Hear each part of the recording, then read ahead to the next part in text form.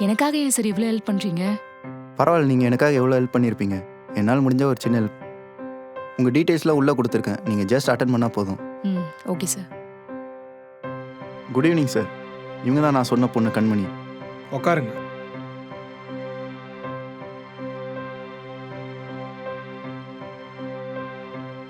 உங்களுக்கு இன்டர்வியூ மதியம் தானே சொல்லியிருந்தோம், ஏன் இவ்வளோ லேட்டு?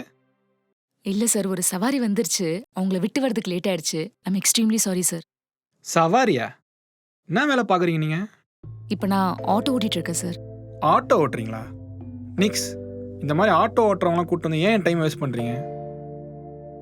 இவங்களாம் ஆஃபீஸ்க்குள்ளே யார் விட்றா முதல்ல? சார் கொஞ்சம் மரியாதையாக பேசுங்க. ஏன் ஆட்டோ ஓட்டுறவங்க நம்ம ஆஃபீஸ்க்கு இன்டர்வியூ வரக்கூடாதா?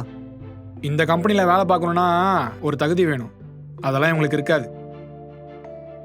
என்ன சார் தகுதி வேணும்? நீங்க எதிர்பார்க்குற டிகிரி சர்டிபிகேட்ஸ் எல்லாமே என்கிட்ட இருக்கு. இந்த இன்டர்வியூக்கு வந்ததுல இருந்து ஒரு கேள்வி என் வேலை ரிலேட்டடா கேட்டிங்களா? அப்ப எப்படி என் தகுதி உங்களுக்கு தெரியும்? இவ ஒரு பொண்ணு ஆட்டோ ஓட்டிட்டு இருக்கா, இந்த விஷயங்களை வச்சு என்ன ஜட்ஜ் பண்ணிட்டீங்கல்ல? உங்கள மாதிரி ஆளுங்க கீழே என்னால வேலை பார்க்க முடியாது. உங்க வேல்யூ வேணாம், ஒண்ணு வேணாம்.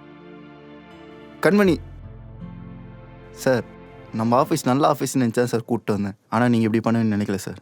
அந்த பொண்ணு அப்பா அம்மா இல்லாமல் கஷ்டப்பட்டு படிச்சுட்டு இருக்கா. அவளுக்கு ஒரு நல்ல வேலை வாங்கி கொடுக்கணும்னு நினச்சேன் சார். அவளை போய் இப்படி கஷ்டப்படுத்துறீங்க.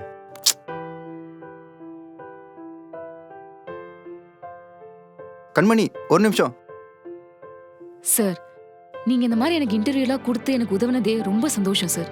ஆனா இவங்க கிட்டலாம் நம்மளால வேலை பார்க்க முடியாது. நீங்களும் தானே பாத்தீங்க, அவர் நான் உள்ள வந்ததுல இருந்து என்னை எவ்வளவு கேவலமா ட்ரீட் பண்ணாருன்னு சொல்லிட்டு. இதெல்லாம் நம்மளுக்கு செட் ஆகுது சார்.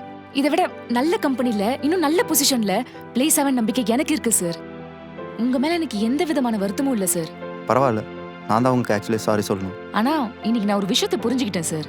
இந்த மாதிரி பெரிய கம்பெனில பெரிய பொசிஷன்ல இருக்கிறவங்க கூட இன்னுமே இந்த பேக்வர்ட் திங்கிங் மைண்ட் செட்ல தான் இருக்காங்கன்னு சொல்லிட்டு. இது நான் அடுத்தடுத்த கம்பெனிக்கு போறப்ப உதவும். நீங்க ஹெல்ப் பண்ணதுக்கு ரொம்ப தேங்க்ஸ் சார். நான் வரேன்.